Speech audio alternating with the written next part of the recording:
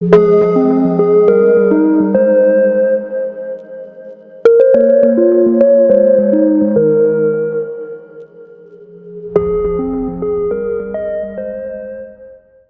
1. You will hear a conversation between a customer assistant at Abby's car hire and a customer. First, you will get some time to look at questions 1 to 10.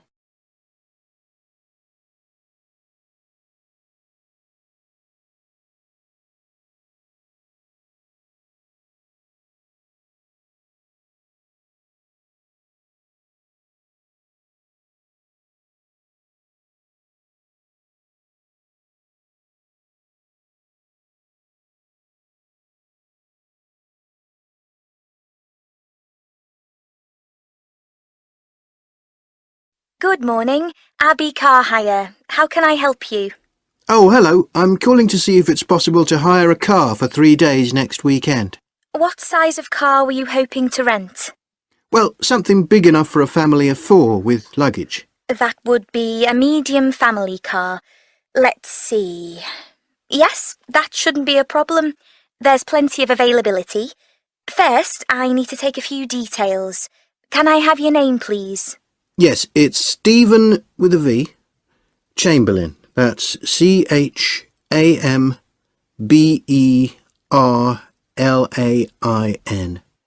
OK. And can I have your address, please? Yes, it's 3 Hamilton House.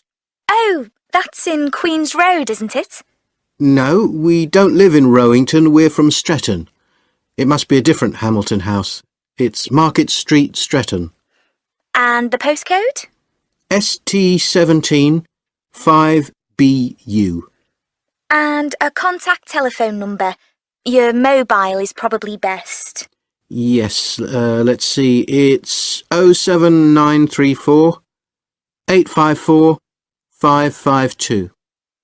So, can you confirm the exact dates you wish to hire the car? From Friday, you said? No, Saturday morning if possible. That's the 25th. What's the earliest we can pick it up? Our office opens at 8 a.m. Oh, not that early. I expect about 8:45 would suit us. OK. 8:45 on the Saturday.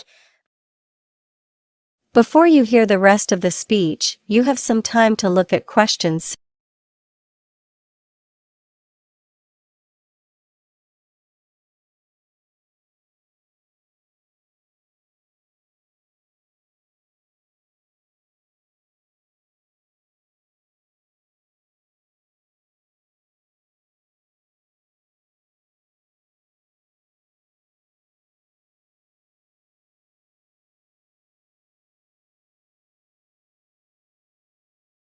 And you'll drop it off on the Monday? Yes, April the 27th. That's right. We have a train to catch at 6:30, so we'd like to drop it off in the afternoon at about 4:30. Actually, we offer a complimentary shuttle service to the station and airport. If your train's at 6:30, may I suggest a 5 o'clock drop-off? That will give you plenty of time. The shuttle bus takes no more than 20 minutes, even in the rush hour. That's great. Thanks. That'll save us a taxi fare. So, the total charge will be, let's see, £87.50. That includes full insurance. That seems reasonable. I just need a few more details. Who is going to be the main driver? I am. You'll just need to bring your driving licence with you. You haven't got the number on you, have you? Yes. Wait a minute. Yes, here it is. It's CHAMB 703161 SWLY 60. And will you be the only driver? Yes. My wife prefers not to drive when we hire a car. I've just remembered, we'll need a car seat for my youngest son. Is that possible? How old is he? 4. Yes, that's fine. I've added that to the booking form. There'll be a charge of £10 for the car seat. So that's everything. I'll just give you the booking reference number. It's B657D64. Got that? We'll send you a confirmation email with all the details. Thank you. You're welcome. Thank you, Mr. Chamberlain. That is the end of part 1. You now have half a minute to check your answers.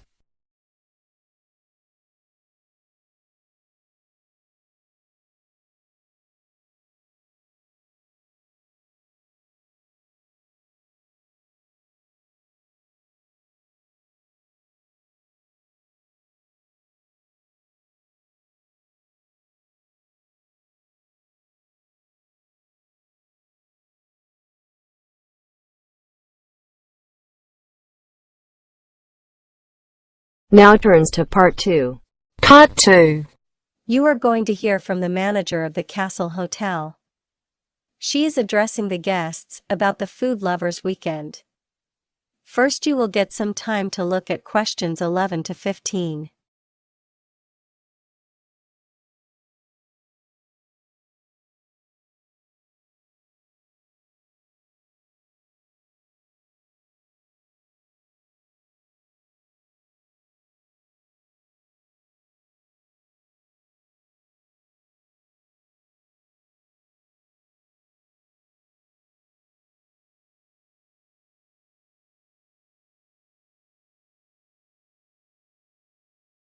Good morning, everyone, and welcome to Ireland.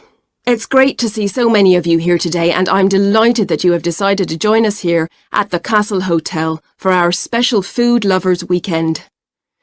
Before I tell you about the main events we have planned for you, I'd just like to point out that tea and coffee and biscuits are available at the back of the room, so please help yourselves. So, the weekend's events start straight after lunch, which you can take either in the main restaurant to my right or in the garden terrace, which you'll find to the right of the main reception desk.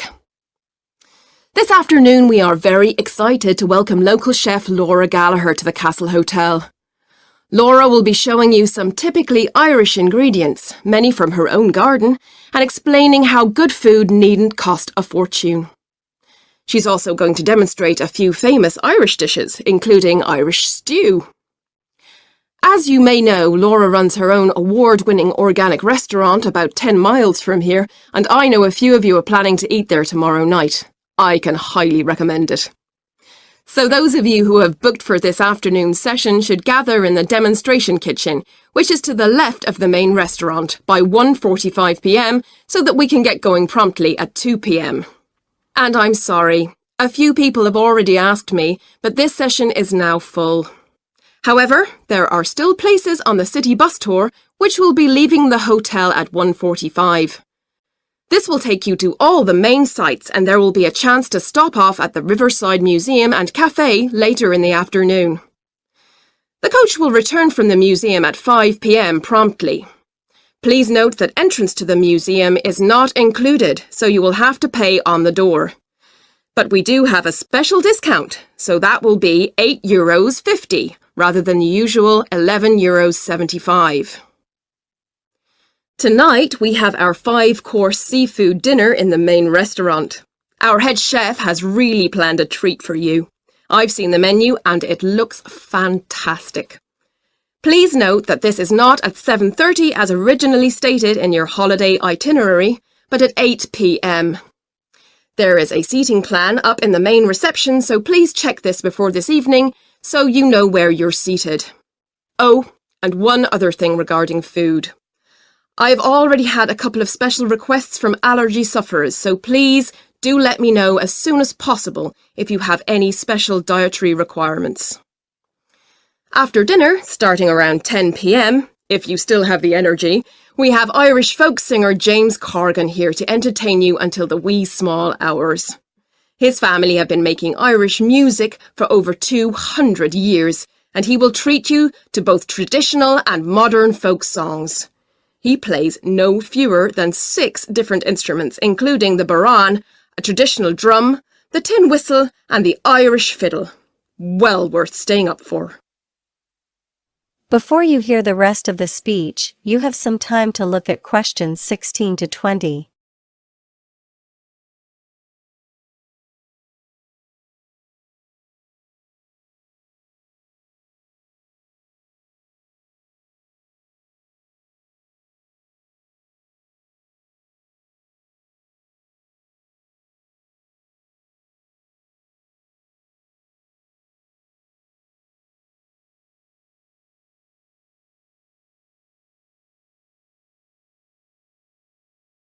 Tomorrow will be an early start for most of you who have booked on our culinary tour of the region.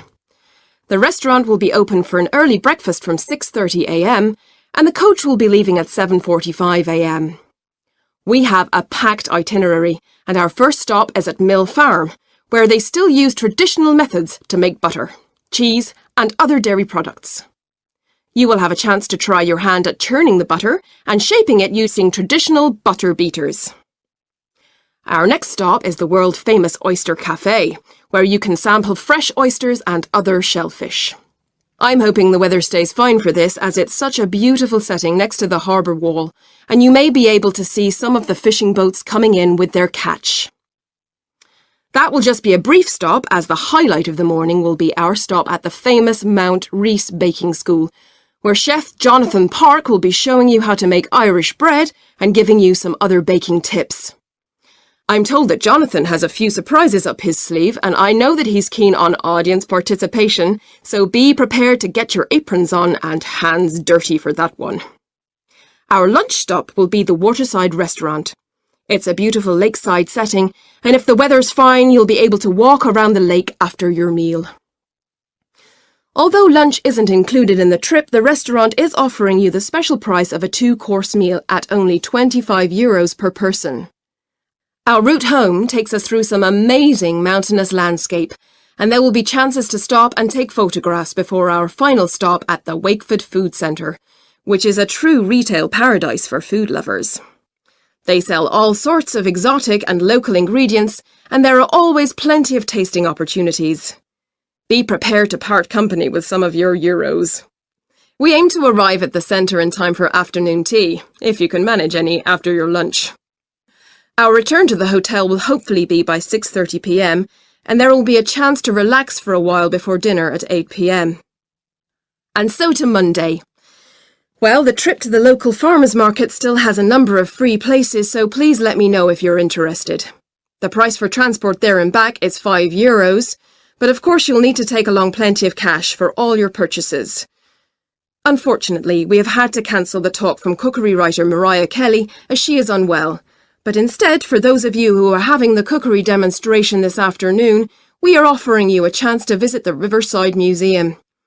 Or you may just decide to spend Monday morning relaxing and enjoying the grounds here at the Castle Hotel. Lunch will be at 12:30, and then the coach to take you to the airport will leave here at 2:30. That is the end of part 2.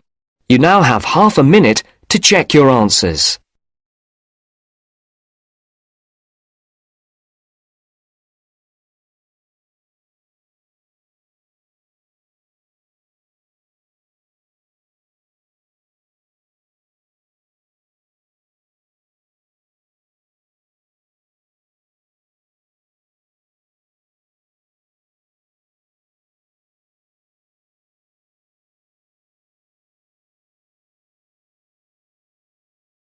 Now turns to part 3.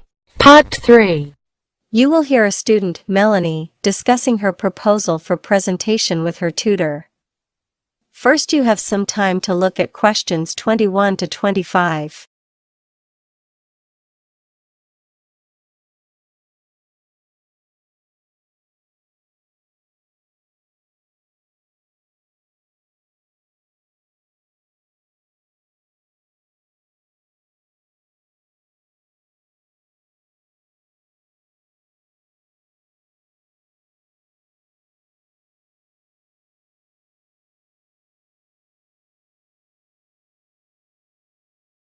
Right, Mel.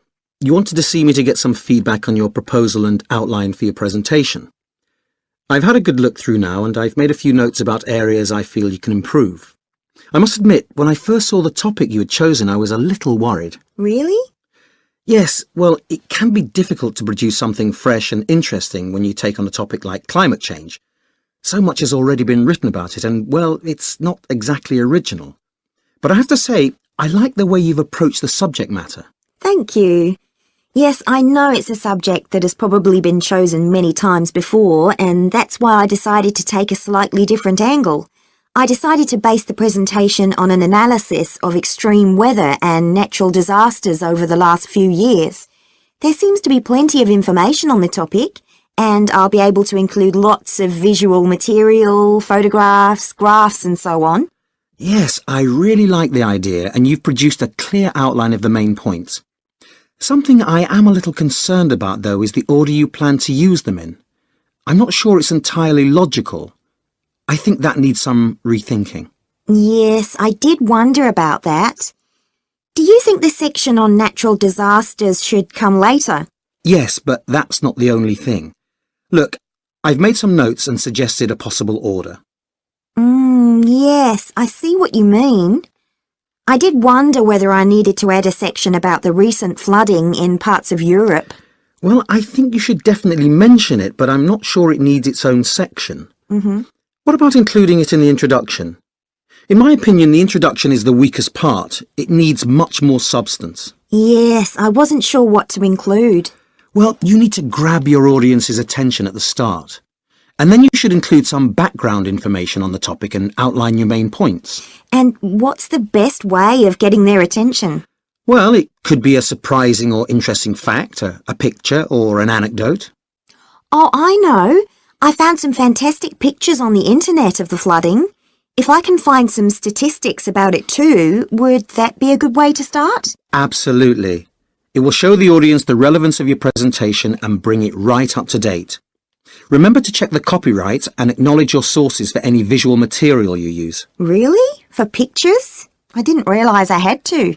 Yes, you should acknowledge all your sources in your bibliography and on your slides too.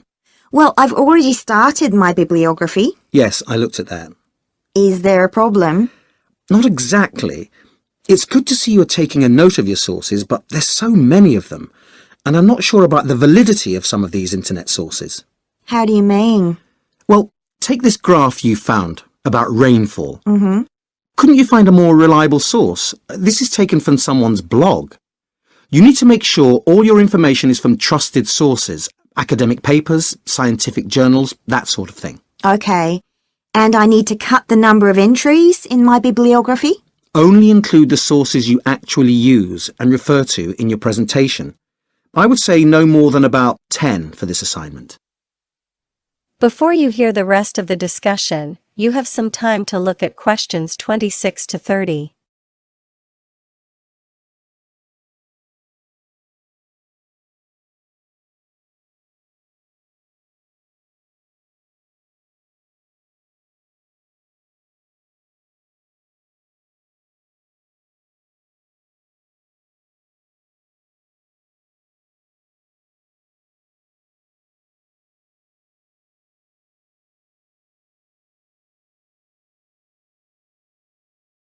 Okay, so you're happy with the organisation and content, plenty to work on there.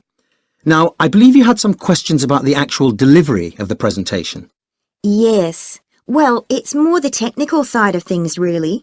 I'm not very confident with the equipment, and I've never given a presentation before, so I'm really nervous. Well, I think the best way to overcome your nerves is by preparing really thoroughly.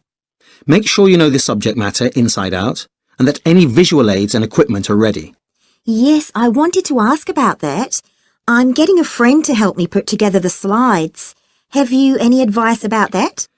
The one thing I would say is don't put too much information on your slides, just the main points and any relevant visuals. You want your slides to support what you're saying, and I would also keep the slides themselves very simple, no fancy colours or animation that will distract the audience from what you're saying. No sound effects then? No, definitely not.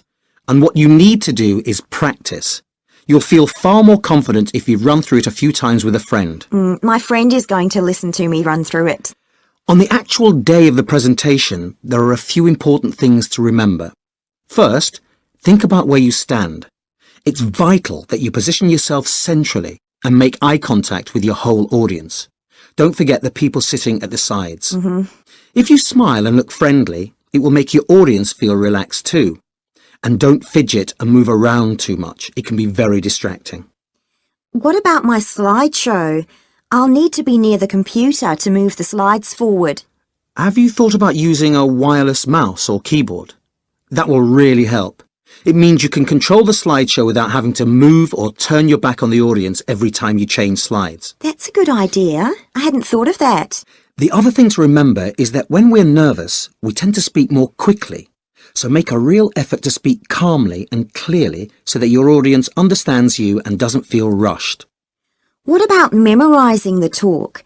A friend told me she did that for her presentation, but I don't think she did terribly well. No, it's not a very good idea. It will make you sound unnatural. And don't read from a prepared speech because that will also affect the delivery and stop you making eye contact. Why don't you try using cue cards? You can include all the main points and any key facts or numbers as a memory aid. It will sound far more natural. The other thing I'm a little worried about is questions from the audience. Should I answer them immediately or wait till the end? The best thing to do is tell the audience in the introduction that you will answer their questions at the end of the presentation. That way you won't get any distracting interruptions. If you're not sure about the answer, ask the questioner to repeat the question. That will give you thinking time. You could always direct the question back to the questioner or the audience, asking them what they think. Great. Oh, thanks for all your advice. It's been really helpful. No problem. I'm looking forward to your presentation. That is the end of part 3. You now have half a minute to check your answers.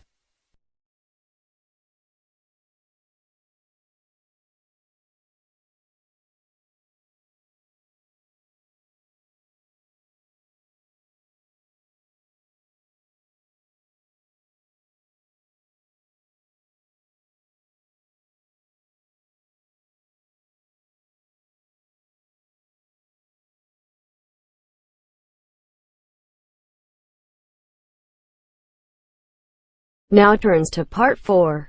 Part 4. You will hear a lecture from a professor of mathematics. He is talking about the mathematical letter pi. First, you have some time to look at questions 31 to 40.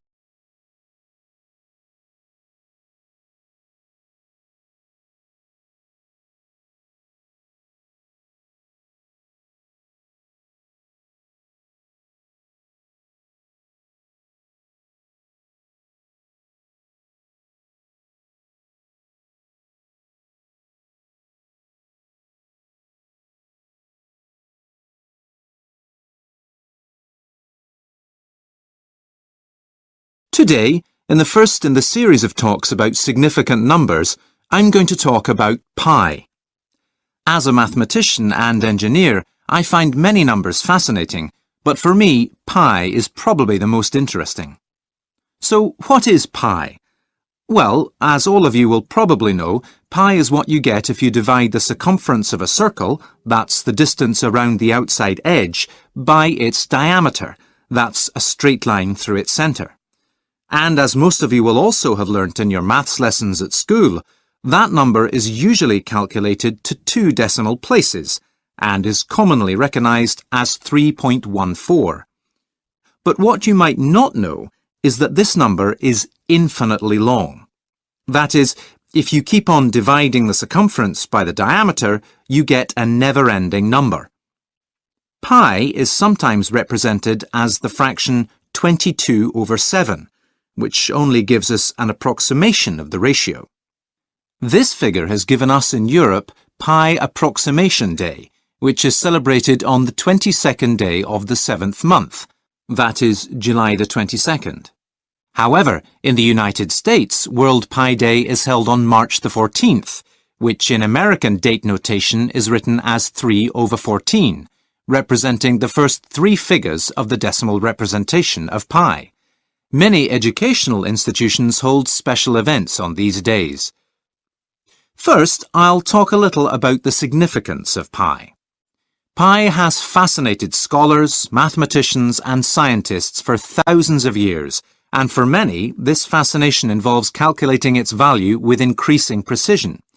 It has numerous practical uses. One of the reasons pi is so well known and studied is that it can be found in so many different formulae. As its ratio relates to circles, it is essential in both trigonometry and geometry, and can also be found in dozens of formulae relating to physics, cosmology, electromagnetism, engineering, geology, probability, and statistics. So, let's have a brief look at its history. Well, we have to go right back to the ancient Babylonians to see that some understanding of pi has been around for a long time. As they were building their city, the ancient Babylonian town planners took a great interest in geometry, and as far back as the 20th century BCE, they discovered that if you divide a circle's circumference by its diameter, you always get a number in the region of 3. Their exact calculation gave this ratio a value of 3.125, which is only 0.5% outside the true value of pi. We have numerous historical accounts of pi. One of the earliest dates back to the 2nd century BCE and is on an ancient Egyptian papyrus scroll. This version of pi is in fact a copy of an earlier document and, although not entirely accurate, is within 1% of its true value at 3.160. Over the years, numerous notable mathematicians and scientists have worked on defining the value of pi. The famous Greek scholar Archimedes, working in the 1st century BCE, took a theoretical approach to the study of pi. He devised a system for working out the value of pi using polygons, that is, a flat shape with at least 3 sides or angles. This is why it is sometimes called Archimedes' constant. After Archimedes, mathematicians, scientists and astronomers from India, Persia and China attempted to calculate the pi ratio, but it wasn't until the 16th and 17th centuries that the development of infinite series techniques allowed far more precise calculations. It was early the following century that a little-known Welsh mathematician by the name of William Jones, a contemporary and friend of Sir Isaac Newton, actually gave the ratio a name, suggesting pi, after the 16th letter of the Greek alphabet. The 18th and 19th centuries saw 2 significant breakthroughs for pi. The first was in 1761, when the Swiss mathematician Johann Lambert established that pi is an irrational number. This means that it cannot be expressed as a fraction of 2 whole numbers. The second breakthrough occurred in 1882, when Ferdinand von Lindemann, a mathematician from Germany, demonstrated that pi was transcendental. This means that it is not possible to find a square with an exactly equal area to a given circle. It was another German mathematician, Ludolf van Ceulen, who, back at the beginning of the 17th century, calculated pi to 35 decimal places. This achievement really set the ball rolling for the sometimes obsessive quest by mathematicians the world over to find the highest number of digits when calculating pi. Some have devoted years of their lives to this cause, with varying degrees of success. William Shanks, who was not even a professional mathematician, spent around 20 years to calculate pi to 707 decimal places. His achievement was discredited after his death, when it was discovered that he had made a mistake and only the first 527 digits were correct. This error was discovered in 1944 using one of the first digital calculators, and the computer era revolutionized mathematicians' ability to find ever-increasing numbers of digits. Throughout the mid-20th century, the record for the number of digits was broken repeatedly until 1973, when over 1 million digits was reached. Since then, the record has gone on to be broken a number of times, many of which use multi-million-pound computers. The record is now around 10 trillion digits. That's 10 followed by 12 noughts.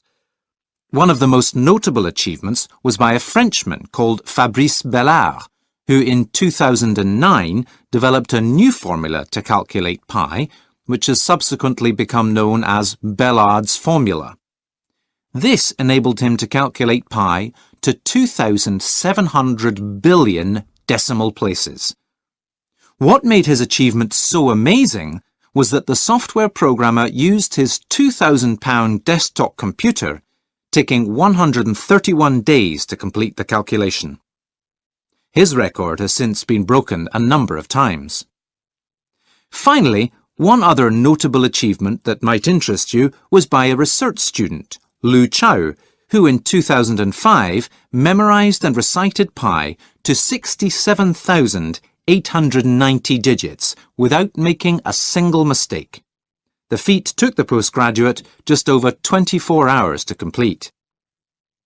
So, as you can see, pi is a fascinating number. Moving on now, let's talk a little more about pi's relevance to everyday life. That is the end of part 4. You now have half a minute to check your answers.